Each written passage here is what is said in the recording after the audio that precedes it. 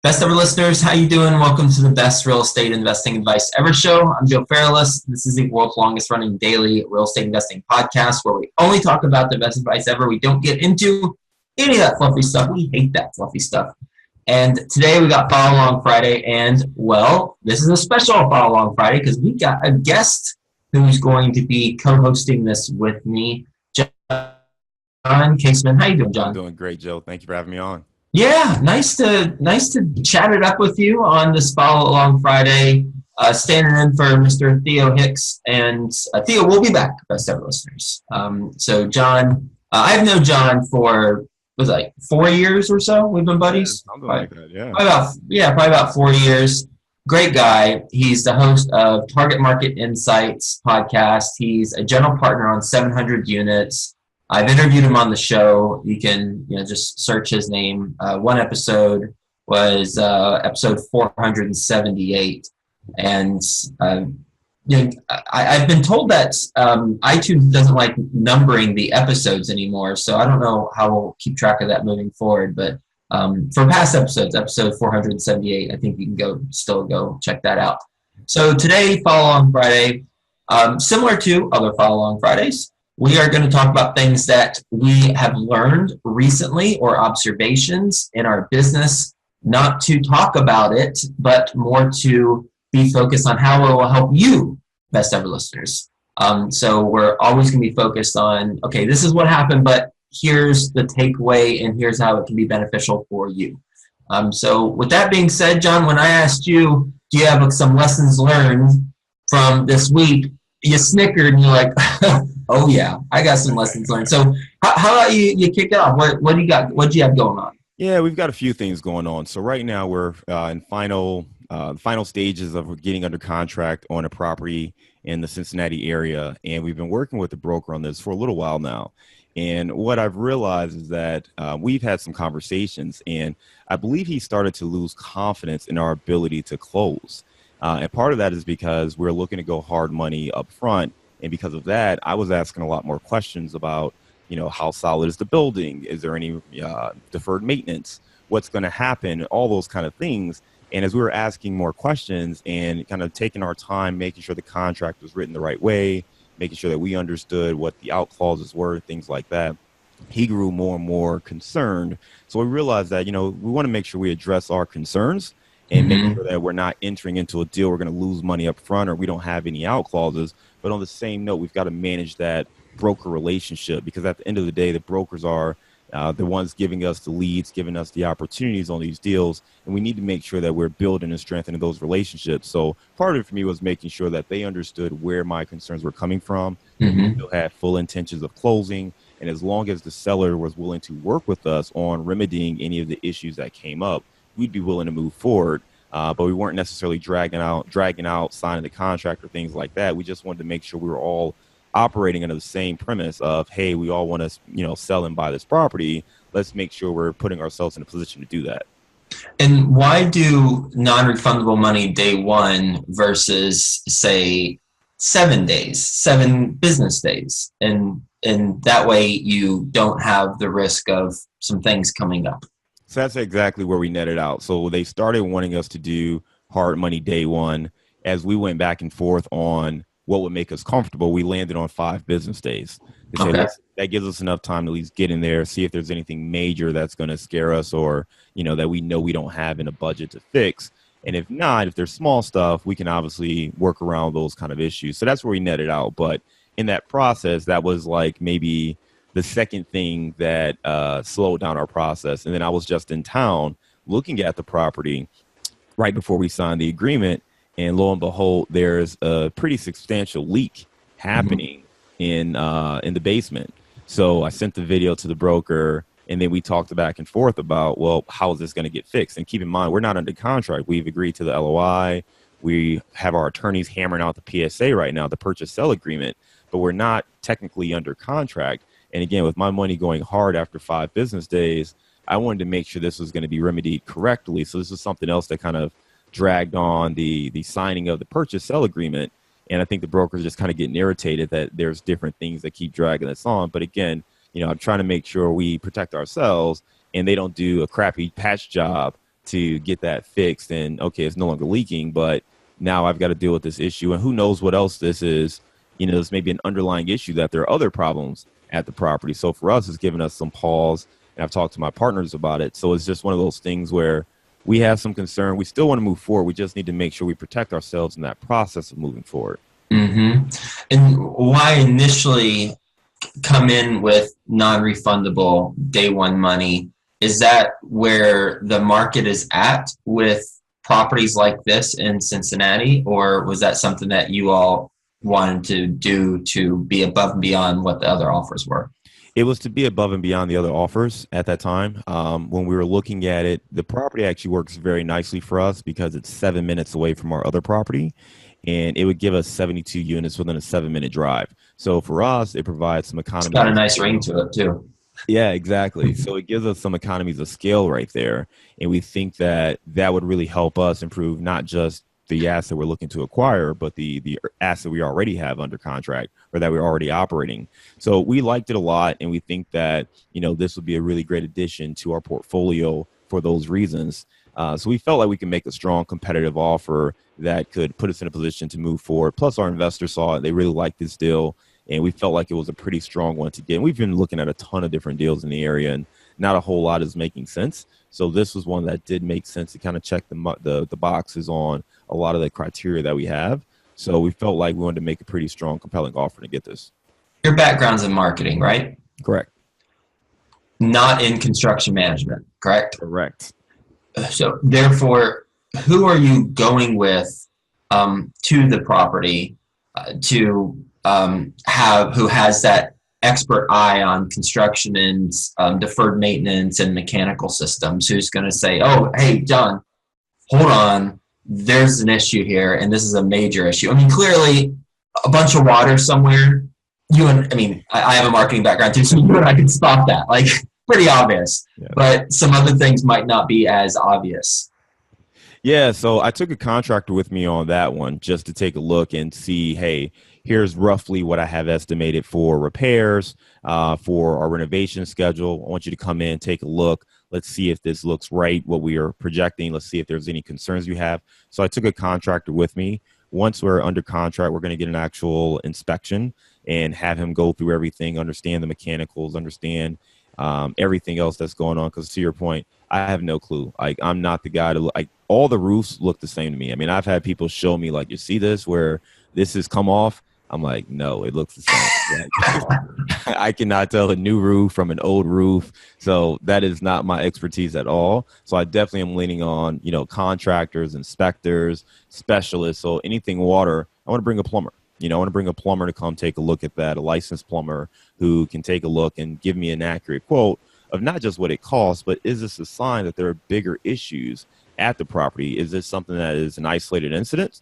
Or is this something that is, taking place in multiple places around the property? So that's something that we want to bring in those specialists to help us identify things that I certainly wouldn't be able to find by myself. And I think, starting out, I was too proud to admit what you're saying and what I currently say, and that is I'm not an expert in all these different areas. So I need to make sure I bring in the right team members. And that can be a very expensive mistake if we don't admit that, hey, we have a certain specialty and we need to bring others who have the specialties that are required for us to be successful. And it's so important to identify what we're really good at and then bring on those other people to compensate for what we're not good at or what we're average at, because we've got to be exceptional in this business. And we need to be competent in areas, all areas, but it's impossible to gain a deep level of expertise in everything. I think it's impossible to gain a deep level of expertise in everything because other people are dedicating their whole lives to it. So it's pretty hard. So thank you for sharing that, and some valuable lessons there. Yeah, thank you, Joe. Thank you. So on my side, I got three things, and they are three. Let's see. One's an observation that will be helpful for anyone scaling a business. The second is The second and third are more personal development, but they certainly have implications towards the bottom line with the business. And so, and that was my puppy dog Jack barking at the UPS man. He's 13 pounds of fury right now. But so the first thing is West Coast team members. What I found out, so I live in Cincinnati.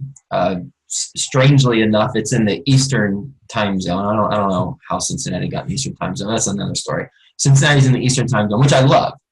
The challenge is if all the team members are in the Eastern time zone, then when West Coast investors, I'm thinking about investors in particular, when West Coast investors email us, specifically me, and ask a question, and 95% of the questions are more administrative related. So I always have a team member handle that. And then eventually they start emailing that team member, like, I want to change my ACH to, or I want to change my checks to receiving ACH, or I have a new address, or, what were the K1 sent out for this property yet, something like that. And what I found is we have a West Coast team member. Her name's Chat, and she is an executive assistant for our company, Ashcroft Capital. And the beauty of the time zones is just a wonderful thing, or the dynamic of the time zones, I should say, is a wonderful thing, because if it's 6 o'clock or even 7 o'clock Eastern time, well, it's 4 o'clock her time because she's in California, and she's able to handle those requests for an East Coast investor who's emailing us at 7 p.m. and probably not expecting a reply until the next day, and she's able to handle the West Coast investors who probably do expect a reply that day because it's 4 p.m. their time. And it's something I hadn't consciously thought of, but it's an excellent customer service bonus. Or even, at this point, you want to exceed expectations. So I'd say it's even mandatory to have, as you scale, have a customer service person or an executive assistant be on the West Coast, so that when you do get late night inquiries, it's still within the business hours of the West Coast person, and they're able to respond. And investors are really impressed and like, wait, thanks a lot for getting it addressed so quickly, because I'm always being responsive regardless of the time for the most part. But there are certain things that our team members do, the administrative things. And so I will just copy her, and then she'll address it with them, and it's wonderful. And for your East Coast time zone, do you have a different assistant who kind of helps with the East Coast, or are you kind of more involved in some of that? Yeah, I do have a different assistant who helps with East Coast. So we've got the 8 a.m. Eastern time covered, and then we've got the 8 p.m. Eastern time covered.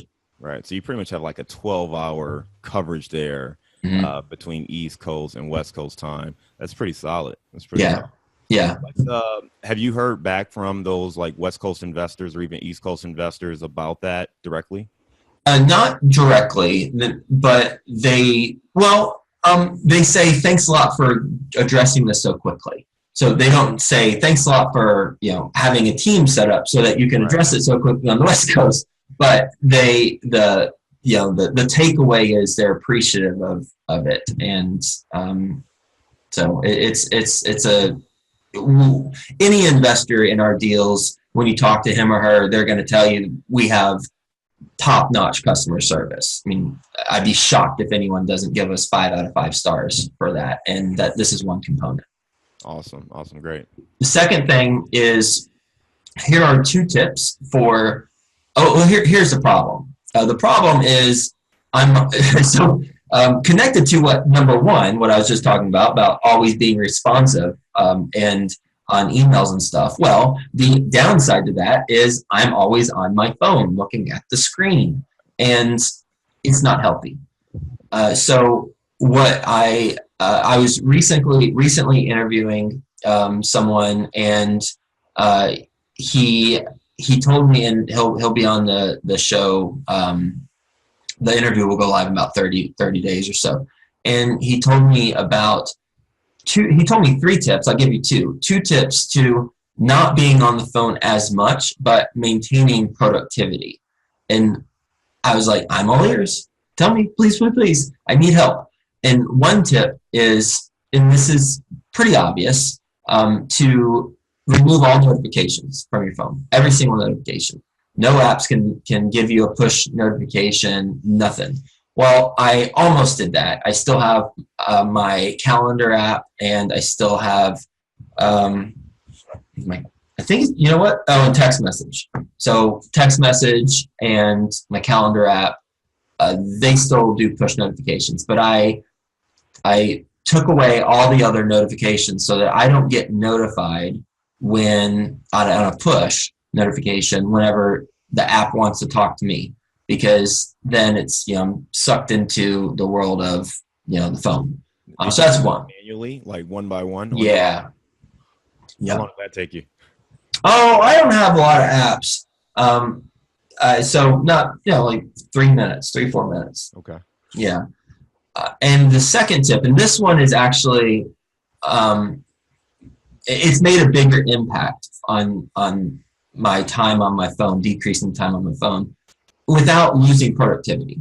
And the second thing is making my phone, he said grayscaling it, so that, on your phone, when you look at it, it doesn't look like, a carnival or, a wonderful playland for you to go into and spend a lot of time, all these, different colors and then buttons and stuff to play and push. Instead, just grayscale it.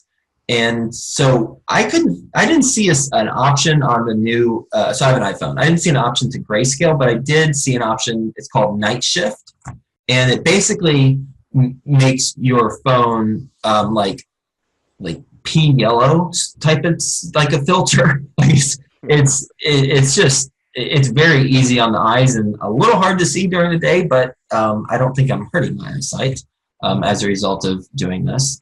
But you can make it a night shift, and I actually do the night shift literally 23 hours and 59 minutes, because I didn't see how you could do permanent night shift. So I just have it so it just recycles every 1 minute every day. So 1 minute of a day, it's not this way, but otherwise it is. That's been very helpful. Bugs, Colleen, my wife, like you wouldn't believe whenever she looks at my phone, she's like, I can't stand the way this looks. Right. And that's the point. So I don't like how things look. And so I'm not on the phone zooming around and doing stuff that is not leading to productivity. So from a psychological standpoint, it's to make the phone less attractive. So it doesn't look fun. It doesn't look engaging. And you just do what you have to do on it to get back off of it. That's right. Yeah. In and out. So, email is the number one thing I use it for, and will continue to use it for. And so those are 2 things: West Coast team member, and 2 tips for not being on the phone as much while still being productive. And the third tip is I have a problem with chocolate. I'm going to admit it. I have a problem with chocolate. And it's something that, my family has diabetes. It runs in the family, heart attack, strokes, all sorts of nastiness. Although my grandmother is 103 years old and my great aunt is like 98 years old, and I'm going to visit them soon in Michigan. So the women do a great job living in my family. The men, not so much. And I'm a healthy guy. Like a physical I just got a physical recently, top notch across the board. But if I don't fix this sugar, this chocolate thing, then I'm going to end up, I know where I'm going to end up quicker than I should. So I've been trying to identify what is the best freaking way to stop eating as much as much chocolate. Because there's sugar in everything. I believe it will be nearly impossible. Nothing's impossible in my opinion, but nearly impossible to eliminate sugar altogether. I mean, there's sugar in a ton of stuff, fruit, everything. And so I don't want to eliminate sugar, but I do want decrease the chocolate. And so I've been struggling with that. And the reason I'm bringing this up is our health leads to our productivity, which leads to the bottom line of our business. So it certainly is all connected. And I've tried many things. Only eat dessert one night a week. Well, that one night you better watch out, buddy. Like we're going the Golden Crown, going straight to the buffet for dessert. That didn't work. Another thing I've done is just have it in moderation. Another thing I've done is just eat it within a certain window of time. Well, none of that worked.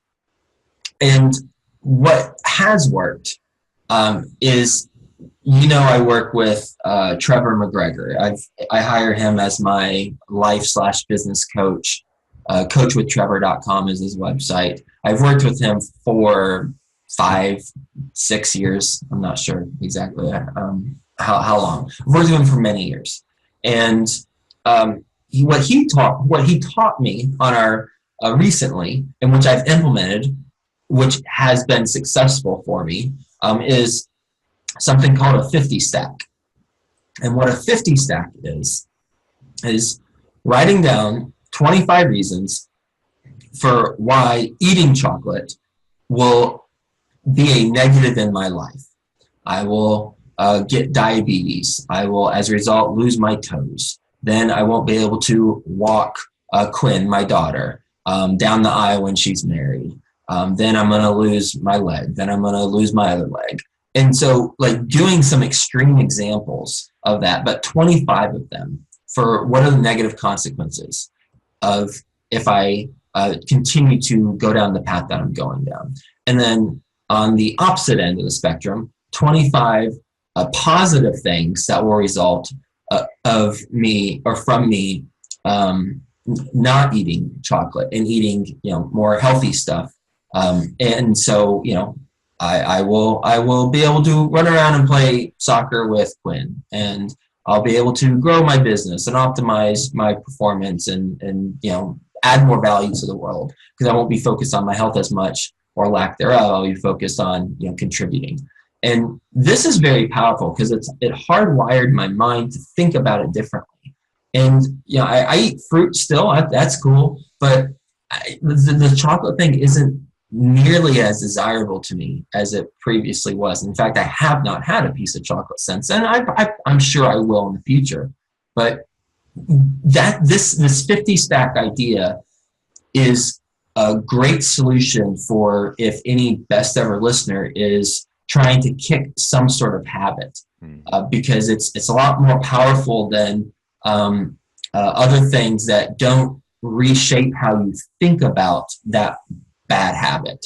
And so I thought I'd share because it's worked with me, and figured it could work with some other listeners who are looking to reshape something in their life.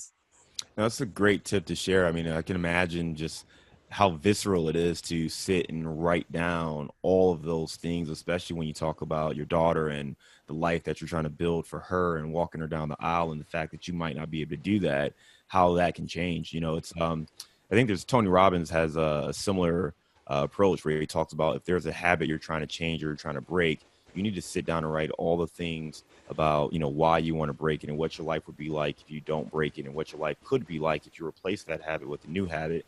I think that's very powerful stuff. And it's something that, we've got some small things that I'm trying to do as well that I think I can take that 50 stack and implement it. So that's a great piece of feedback and great piece of advice. Yeah.